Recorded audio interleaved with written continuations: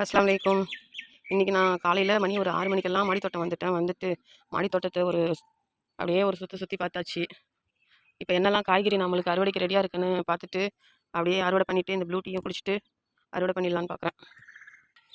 யாருக்கெல்லாம் சின்ன வயசுல இந்த மாரி தட்டான் பிடிக்கும்னு கமெண்ட்ல சொல்லுங்க. எவ்வளோ சூப்பரா அழகா உட்காந்துருக்கு பாருங்க. ஓடிடுச்சு.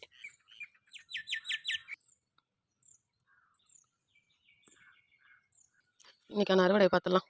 பாருங்க வெண்டைக்காய் இதோ வேற இருக்கு. ஒரு 2 கத்திரிக்காய் இருக்கு. அதையும் பறிச்சிடலாம்.